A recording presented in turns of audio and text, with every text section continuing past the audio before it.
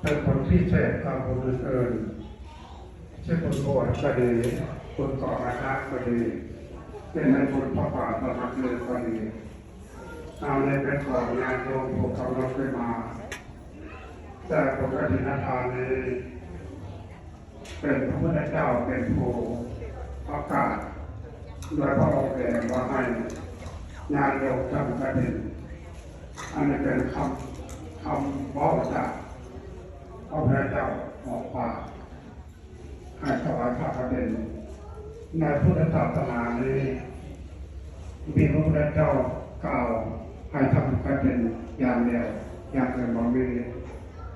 นับว่าอคนนิยมเห็นความสำคัญที่สุดก็คือเป็นกิจของสงฆ์เรียกว่าอนุเคราะห์สงฆ์ให้เพื่อมีความสะดวกสบายในการบำรุง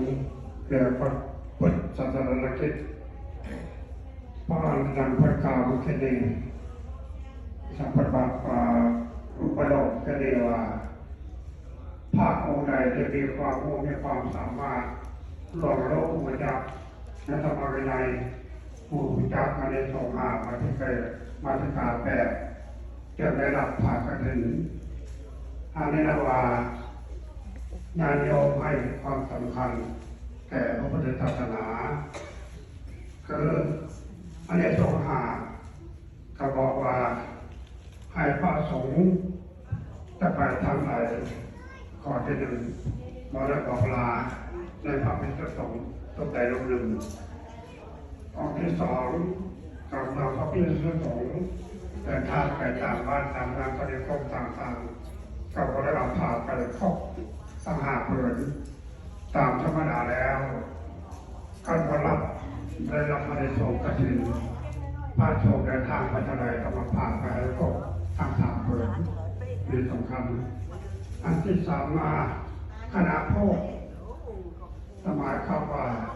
การฉันพระทหารของสงฆ์นับแต่4 องค์ขึ้นไปสังรวมกันได้แล้วออกสื่อโภชนาอาหารอะไรเช่นว่าญาติโยมมาถวายว่าอันนี้แกงป่าเด้ออันนี้แก้วปลาแหลกเด้ออันนี้แกงชมบูได้เสร็จออกปากได้พระสงฆ์ทานได้หมดเป็นอมตะถ้าพอแล้วได้ชมกฐินแล้ว